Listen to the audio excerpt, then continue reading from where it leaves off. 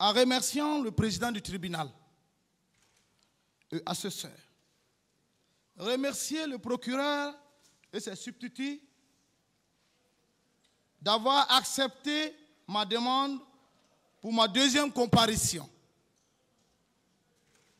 afin de sortir dans ma stratégie de silence de vérité.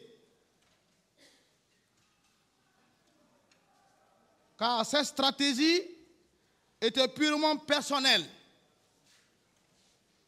Car je suis un militaire stratège.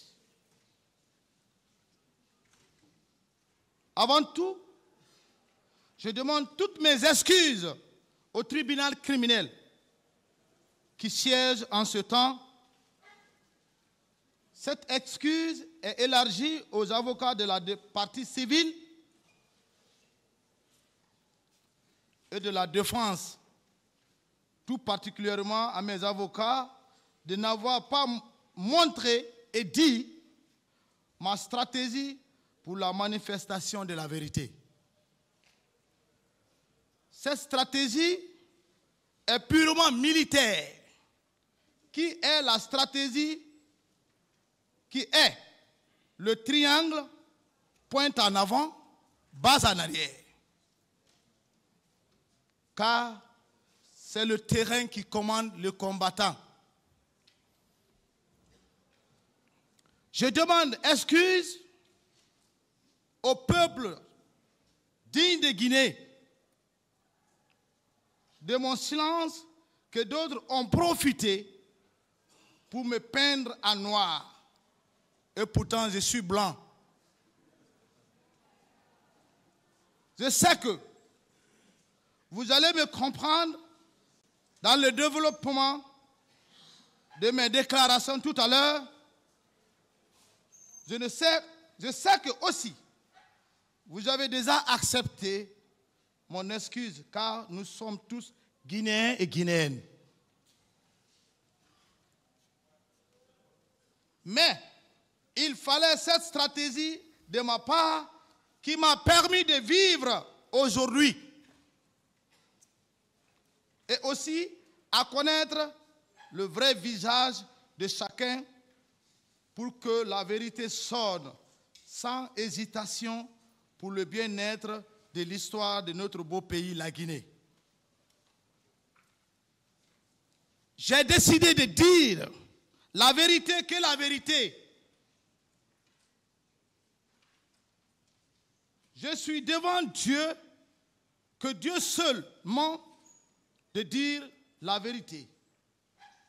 Car il est écrit dans la Bible, la parole de Dieu, dans Matthieu chapitre 5, le verset 34 à 37. Moi, c'est Jésus-Christ qui parle. Moi, je vous l'ai dit, ne jurez point aucunement sur le ciel, parce que c'est le trône de Dieu. Ne jurez pas sur la terre, car c'est le marchepied de Dieu. Ne jurez pas ni seulement sur Jérusalem, parce que c'est la vie du grand roi.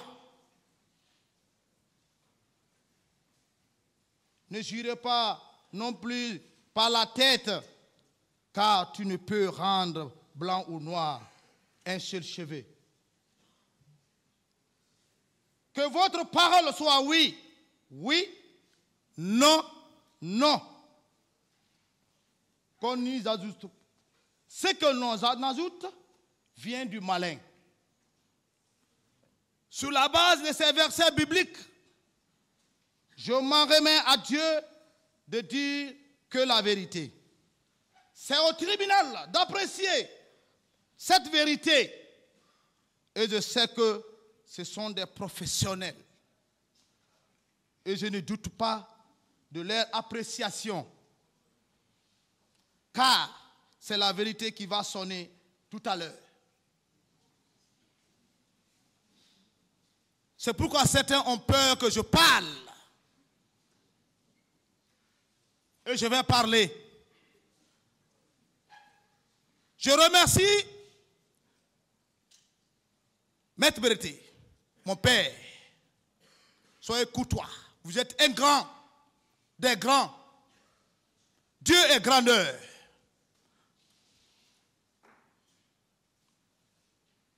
Lorsque tu mets un enfant au monde, c'est Dieu lui seul qui sait l'heure à laquelle, ou le jour à laquelle il parlera.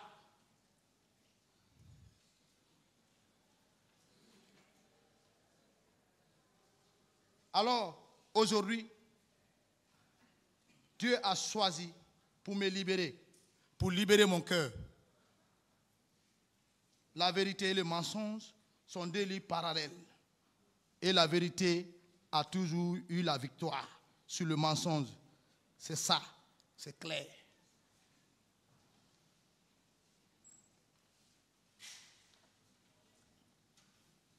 Monsieur le Président du tribunal criminel, homme sage que vous êtes, j'ai fait quelques mois ici en vous regardant, vos manières de rejeter, vos manières de répondre, vos manières de mettre de l'ordre.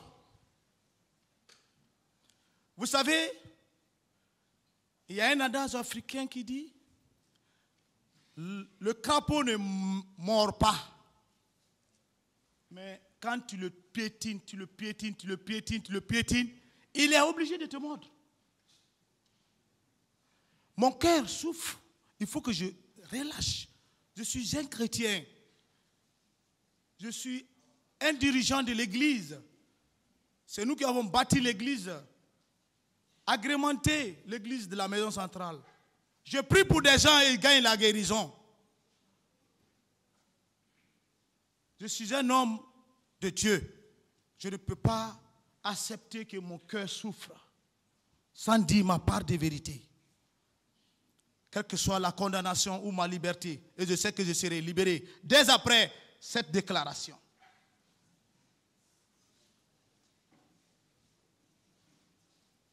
Monsieur le Président, assesseur, procureur et substitut, je sais que le peuple de Guinée vous regarde et le monde vous regarde. Sans oublier le tout-puissant Dieu que d'autres appellent Allah, les musulmans, mes frères, vous regardent avec son caméra non visible. Je voudrais dire simplement que je ne vous dis que la vérité et la vérité. Dans cette vérité, je ne sais pas, je n'avais même pas prononcé à faire trembler le soubassement de certains qui d'ailleurs, qui ont porté plainte contre ma personne, qui d'ailleurs encore, qui me semble ridicule. Porter plainte contre Marcel. Ridicule parce que où on parle de plus de 150 morts et tu parles de disparus et toi tu parles de tentative de chantage. Quel chantage? Quelle honte de leur part. Ce que tu n'as pas donné pendant la lumière, c'est dans l'obscurité que tu peux la donner? Non. Alors, ils ont voulu m'empêcher, comme ils étaient en train de m'empêcher tout à l'heure. Avec leur intimidation, Machiavel, pour ne pas vous relater les faits réels de ce qu'ils ont planifié et faire exécuter par leurs propres gardes parallèles qui ont exécuté leur ordre. Ils veulent se couvrir et couvrir leurs exécutants. Cela ne marchera pas. Le diable est tombé dans l'eau chaude. Il faut la détruire pour le bien-être du peuple et la manifestation de la vérité. Cette plainte est tombée pour un argument, pour mettre en cause de ce que je suis en train de relater maintenant. Mais leur plan a échoué. C'est la vérité. Monsieur le Président, ne regardez pas mon attitude où je suis en train de parler en haute voix ou bien agité. Ce qui est de mon cœur, c'est ce que je vous relate. Je suis un militaire, un vrai militaire, stratège. Et c'est ma stratégie qui a porté le président Moussa Dadis Camara au pouvoir. L'homme qui est devant vous, je suis la clé du pouvoir de Moussa Dadis Camara, le président, capitaine. Toumba Diakité, le commandant, est la porte principale. Ça, c'est clair. Nous tous, nous allons mourir pour un jour. Avocat de la défense et la partie civile, et je ne sais pas, des accusés et de la partie civile, bien sûr, la défense et la partie civile des avocats, je vous déclare, et le tribunal, la clé du pouvoir de Dadis, c'est le capitaine Marcel Guy-Lavogui. Sans moi, Dadis, le président, n'allait pas accéder au pouvoir. C'est pourquoi j'ai décidé de déclarer, parce que c'est ce qui a fait trembler certains. Quand Marcel va parler, c'est fini. Ce que j'ai fait, je le dirai ici à la barre. Ce que j'ai vu, je le dirai. Je ne suis pas venu pour déclarer ou pour confirmer ce que quelqu'un a dit ici. On ne peut pas me peindre en noir. Toute l'armée guinéenne me connaît. Je continue, c'était entre parenthèses, Monsieur le Président. Je veux que vous preniez la lenteur de la sagesse que vous avez, Monsieur le Président. C'est très important. C'est l'histoire de notre pays. Beaucoup ont pensé ici, ils ont falsifié leurs procès-verbaux avec des multiples questions. Tout ce qu'on a entendu ici, c'est le faux. Assumez ce que vous avez planifié. Ce jour également, et cette promesse que je vous ai faite ne souffrira aucune ambiguïté pour le rayonnement de la vérité. Ce jour, j'ai voulu également évoquer mon état de santé. Vous m'avez également promis que tout allait être discuté ici. Mais déjà, je vous promets que cela n'entravera en aucun cas pour la poursuite des débats. Simplement, je le parle pour rassurer les avocats de la partie civile, parce qu'ils étaient inquiets, ils ont évoqué ici beaucoup de raisons par rapport à mon état de santé. Simplement, les rassurer et vous en parler afin que vous l'appréciez au moment opportun, voir comment je pourrais bénéficier d'un traitement adéquat. Mais je voulais leur dire que c'est une réalité de ce que je souffre. À l'époque, j'ai attiré l'attention du département et les autorités d'alors ont instruit le médecin-chef de l'hôpital Ignace Dine, Dr Awada, et qui, à son tour, a envoyé des chirurgiens pour venir m'évaluer. Ils sont venus dans ce cadre. Et à la suite de leur examen, ils ont conclu, voilà, de ce qu'ils ont constaté, ils ont recommandé à une intervention chirurgicale.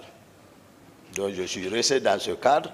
Maintenant, à chaque fois, je demandais, j'introduisais une requête à référer, tout dernièrement à ce que le dossier soit actualisé.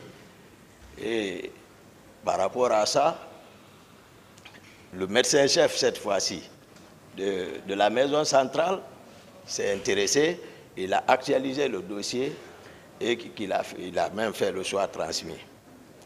Donc, lors du procès à référé, ici, à la cour d'appel ici, le dossier était déjà là-bas. L'actuel ministre de la Justice également, tout récemment, a instruit les services de la santé de la maison centrale afin qu'ils évaluent mon état de santé et de le transmettre le dossier. Je sais qu'ils sont venus me voir, ça a été fait. Donc simplement, je voulais rassurer tout le monde que les médecins n'ont pas menti et tous les commentaires également faits par mes avocats, c'était une réalité. C'est-à-dire la maladie dont je souffre, on n'a pas besoin d'être médecin pour le constater. Il suffit seulement de voir à l'œil nu, à vue d'œil, et puis on s'en rend compte vraiment que ça, c'est une pathologie. Mais voilà, Dieu le Tout-Puissant veille. Parce qu'il nous dit,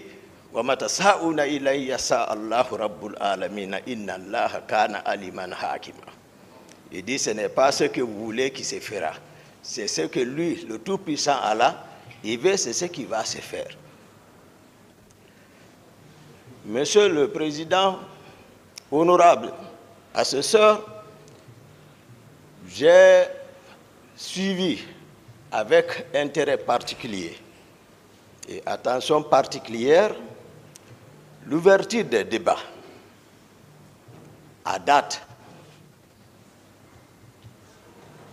Les débats étaient de haut niveau entre les différentes parties composantes de votre cours, dans le respect,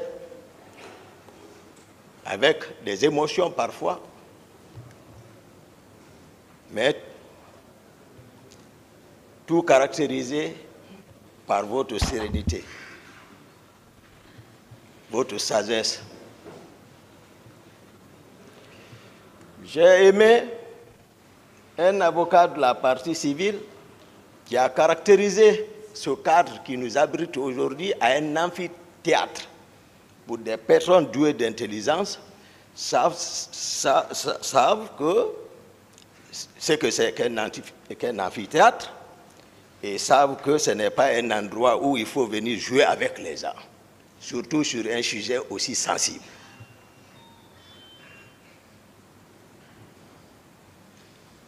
Donc, j'ai également observé les éminents avocats, ici, les grands babas, Maître Sampil est passé, faire des observations qui m'ont profondément touché, ici, voilà, par rapport à l'une de leurs inquiétudes ici, et je pense que par votre sagesse, vous avez tout observé et vous avez pris note et les choses se sont bien résolues et puis le procès continue. Monsieur le Président, chers assesseurs, je suis aujourd'hui ici résolu de faire la synthèse générale, en un mot le synopsis complet des événements du 28 septembre, dans la sincérité.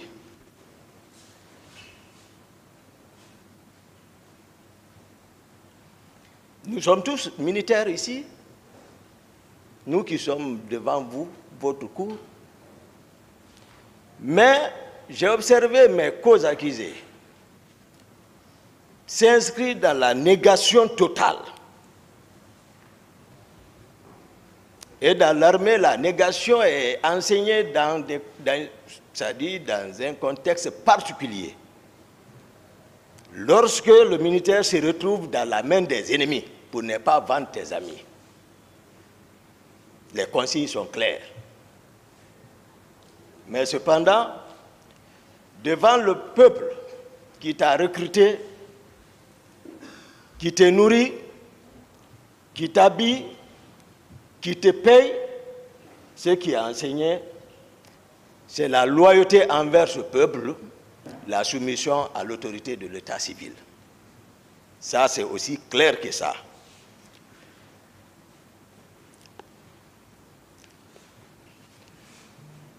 Malheureusement pour certains d'eux, ils n'ont pas connu Toumba.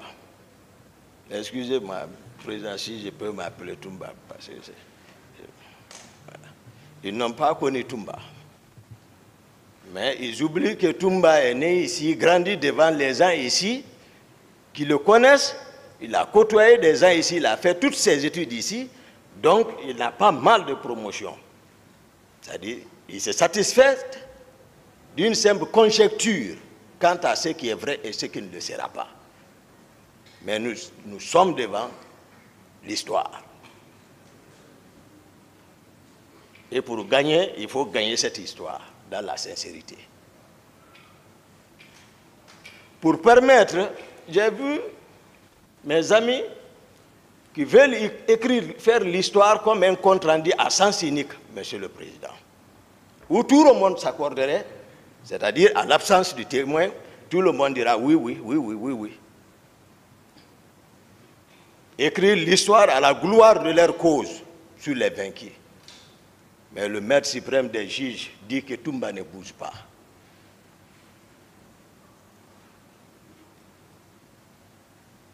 Toumba, il respecte. Toumba est un homme de parole. Mais Toumba n'a pas peur. Je n'ai peur que de tout-puissant Allah. Qui m'a enseigné, il dit wa ma yashkuruna illa yasha Allahu huwa akhlu taqwa wa akhlu maghfira. Et pour ça, il dit que cela n'est possible, c'est lorsque lui il veut. Et on ne doit craindre que lui seul.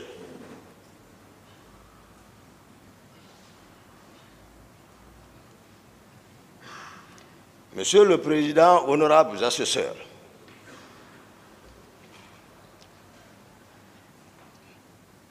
pour permettre à la Cour, particulièrement la partie civile, en général le peuple de Guinée, d'avoir une visibilité nette qui ne souffre d'aucune ambiguïté.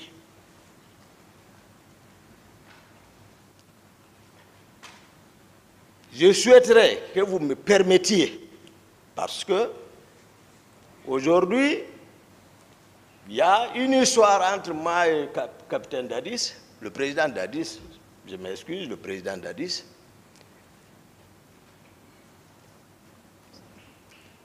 À un moment donné, c'est une question de pouvoir. Dieu nous a amenés jusqu'à un certain niveau de responsabilité. Je pense que ce peuple a besoin de connaître